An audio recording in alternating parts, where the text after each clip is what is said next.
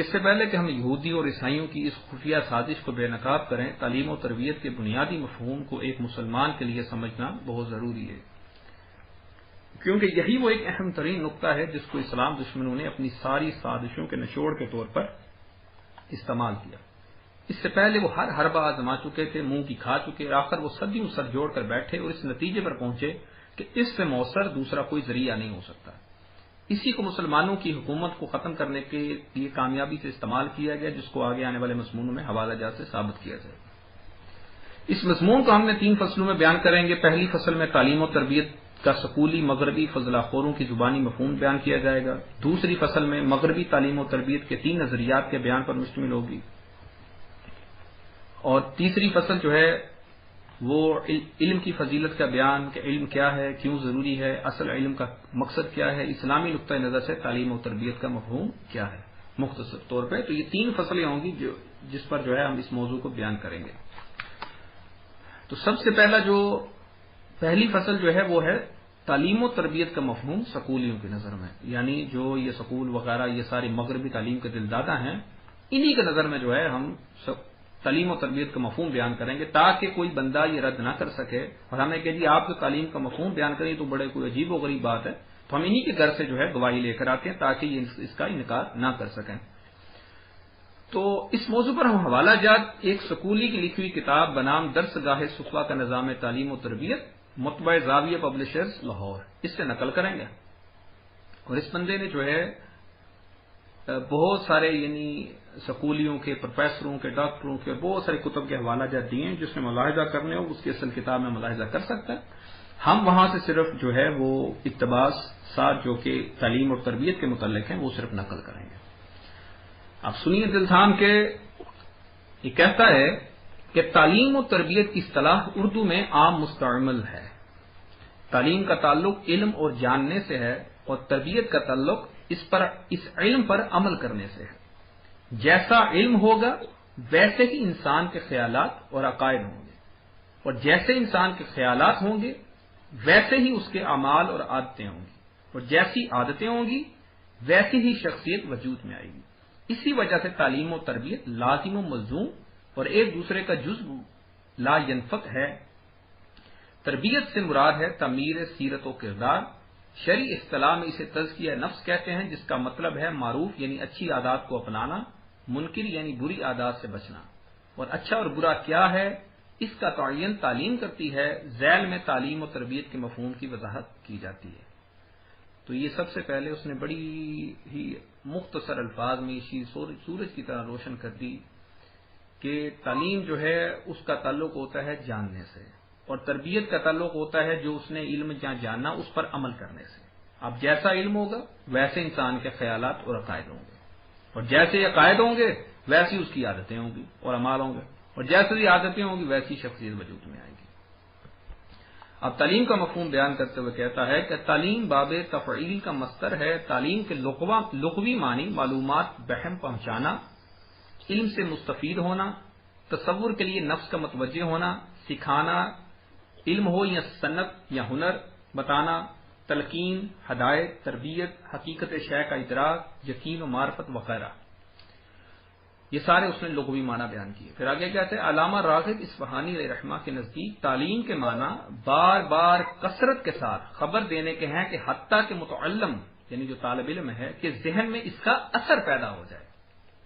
یعنی کوئی شے اتنی بار اس کو کثرت سے اس کو سنانا یا اس کو پڑھانا یا اس کو بار بار اس کی تلقین کرنا کہ وہ آخرکار اس کا عقیدہ بن جائے، یہ ہے وہ تعلیم کا مفہوم۔ پھر فرماتے ہیں کہ آگے کہتا ہے کہ المنجد میں درج ہے تعلم سیکھنا، علمہ تعلیما وعلمن صنعت وغیرہ، سکھانا، علمہ لہو علامتا، پہچان کے لیے علامت لگانا۔ بعض لوگ غلط فہمی میں اس کو تدریس کے ہم معنی سمجھ لیتے ہیں، یعنی طلباء کو بعض مضامین یا کتب کا درس دے دینا یا انہیں لکھنا، پڑھنا اور حساب وغیرہ سکھا دینا، حالانکہ یہ بہت جامع لفظ ہے۔ اس کے مفہوم میں تدریس کے ساتھ ساتھ تدریب یعنی فنون میں مہارت پیدا کرنا، تعدیب یعنی ادب سکھانا، اور تربیت یعنی شخصیت کے مختلف پہلوؤں کی ہم آہنگ نشو نما کرنا بھی شامل ہے۔ یہ ایک سوچی سمجھی منظم جہد مسلسل کا نام ہے، جس کے ذریعے اطلاعات، تصورات مہارتوں، رویوں یا عادات کی ترسیل اور تشکیل عمل میں لائی جاتی ہے۔ اب صرف ان الفاظ پہ غور کرتے جائیں کہ کوئی کونا اس بندے نے نہیں چھوڑا کہ جو تعلیم کے اندر جو ہے وہ منتقل کیا جاتا ہے۔ اب کوئی سکولی درندہ اٹھے، جہنم کا کتا زنجیق اٹھے اور کہے ہم تو ایک ہنر سیکھ رہے ہیں، تو اس کو کہ اپنے صرف اس بات کا جو ہے نا وہ رد کرتے ہیں اسے جا کر کہ تمہارا والد جو ہے وہ تو یہ کہہ رہا ہے، سکولی زندگی یہ کہہ رہا ہے کہ یہ تو اطلاعات، تصورات، مہارتوں، رویوں، عادات، ہر شے کی ترسیل اور تشکیل اس کے ساتھ بندے کے اندر ڈالی جاتی ہے۔ پھر آگے کہتا ہے یہ ایک مقام ہے، ایک ماحول یا ایک فرد کی کوششوں کی بجائے مختلف قسم کی ماحولیات میں اور بہت سے افراد کی کاوشوں کے نتیجے میں وقوع پذیر ہوتی ہے۔ تعلیم وہ اجتماعی عمل ہے جس کے ذریعے معاشرہ نوخیز نسلوں کو اسلامی دستور حیات سکھاتا ہے۔ اصل میں کیونکہ اس کتاب میں یہ اسلام کے نظام تعلیم کی طرف جا رہا ہے تو اس لیے کہیں کہیں پر یہ الفاظ بولے گا، یعنی یہ اس سے مراد یہ نہیں کہ یہ اپنی گفتگو میں زیادہ طور پر یعنی اسلام کو مد نظر رکھ کے گفتگو کر رہا ہے، لیکن ہم نے جو ہے اسی سے لیا کہ تعلیم اس کے مطابق تعلیم کہتے تھے شیخ وہاں، تو ہم اس کو سکولی کے اوپر بھی جو ہے وہ ڈالتے جائیں گے، کیونکہ پوری دنیا میں تعلیم و تربیت کا مفہوم یہی لیا جاتا ہے، آگے یہ ہر طرح کے حوالے دے گا، یعنی انگریزوں کے بھی اور ہر بندے کے۔ اسلامی عقائد اور اقدار ان کے ذہان میں راسخ کرتا ہے۔ اب آپ جہاں پر میں اسلامی عقائد بولوں وہاں پر آپ انگریزی عقائد کو ذہن میں لے آئیے، انگریزی تعلیم، خیالات، تصورات، ان کے سارے معاملات کو لے آئیں، یعنی اگر اسی میں اس کے الفاظ کو بولوں تو انگریزی عقائد اور اقدار ان کے ذہان میں راسخ کرتا ہے، اسلامی افکار کی روشنی میں آداب زندگی اور اخلاق کی تربیت دیتا ہے۔ اگر میں انہی الفاظ کو بدلوں تو انگریزی افکار کی روشنی میں بے آداب زندگی اور اخلاق کو بگاڑ دیتا ہے۔ آگے پھر حوالہ دیتا ہے کہ ڈاکٹر عبدالرشید صاحب تہذیب و ثقافت کو تعلیم کا مرکز و محور قرار دیتے ہیں۔ ان کا کہنا ہے کہ تعلیم کی بنیاد بھی کسی تہذیب اور ثقافت پر ہوتی ہے۔ اب یہ جو ہے اس کو جڑ سے اکھاڑے گا کہ جو یہ کہتے ہیں یہ تو صرف ہنر ہے،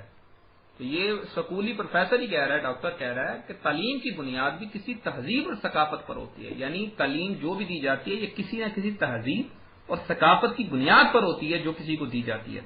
اور تعلیم کا مقصد بھی اس تہذیب اور ثقافت کا دوام اور اصلاح ہوتا ہے۔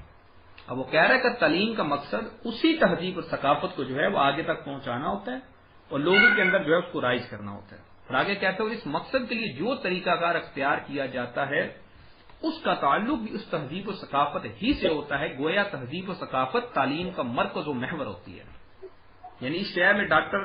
جو ہے اس نے یہ بات بالکل سورج کی طرح روشن کر دی کہ جو اصل جو تعلیم کا جو ہے وہ مقصد اور محور جو ہوتا ہے وہ ہے تہذیب اور ثقافت کو آگے پہنچانا۔ اسی وجہ سے آپ دیکھتے ہو کہ جو یہ سکولی تعلیم عام ہوئی،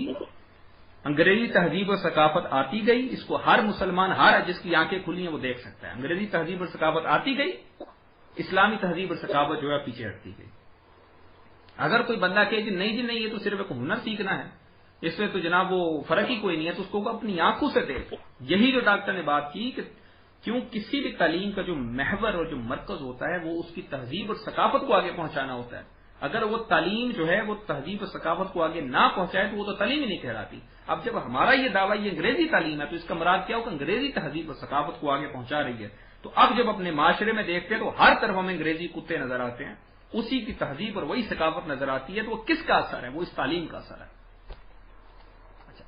آگے کہتا ہے کہ عام تعلیم کے ذریعے ان پر غور کریں اور جو بچ گیا ہے وہ اللہ تعالیٰ کا جو ہے شکر ادا کرے کہ وہ اس زہر سے بچ گیا، اور جو اس کو جو ابھی تک اس کے اندر شامل ہے ان کو غور سے سنیں اور اپنی توبہ استغفار کریں۔ خصوصیت نمبر 1، بلا لحاظ مذہب و ملت، رنگ، نسل، جنس و طبقہ، ہر ایک کو ایک ہی تعلیم حاصل کرنی پڑتی ہے۔ ذہنی اور جسمانی کام کرنے والوں میں بھی تفریق نہیں کی جاتی جس کو ایک ڈنڈے سے ہانکا جاتا ہے۔ اب 1 سے لے کے 10 تک ایک ہی نصاب ہے، ایک جیسی کتابیں ہیں اور وہ سب کو پڑھنی ہے۔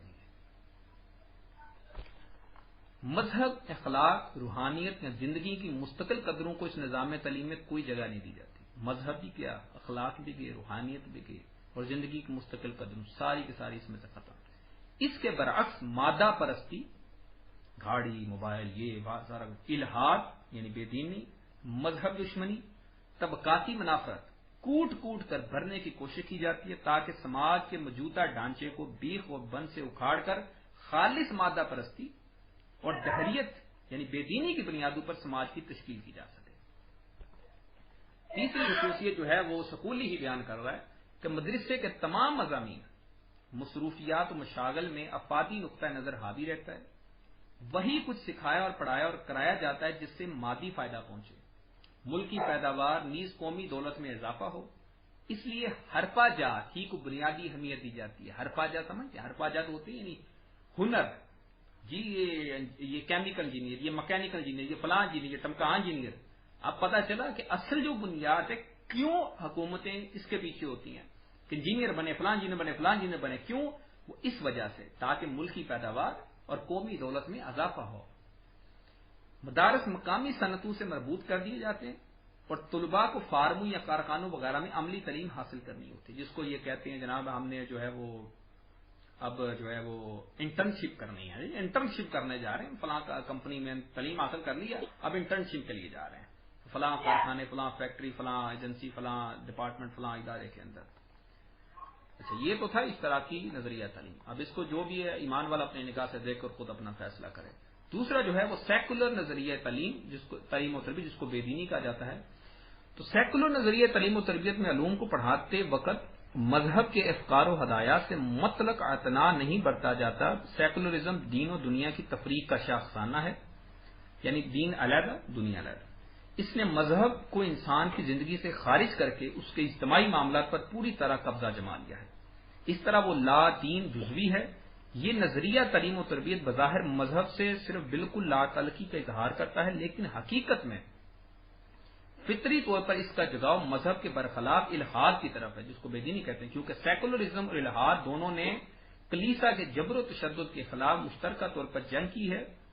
یورپ نے علوم جدیدہ کی تعلیم کے لیے سیکولر طریقہ اس لیے اپنایا تھا کہ مسیحیت نے ان علوم کی مخالفت کی تھی اور کلیسا کے جبر و استبداد نے ان علوم کا گلا گھونٹ رکھا تھا۔ اب کتنی بڑی بات اس نے سامنے کر دی کہ یہاں تک کہ جو عیسائی کلیسا والے ہیں، جو عیسائی مذہبی لوگ ہیں، انہوں نے بھی ان علوم جدیدہ وغیرہ کی مخالفت کی تھی اور اس سیکولر طریقے پھر جا کے انہوں نے انگریزوں نے اور یہ سارے یہود و نصارہ جو بھی یہ دنیا پرست تھے، انہوں نے جب یہ دیکھا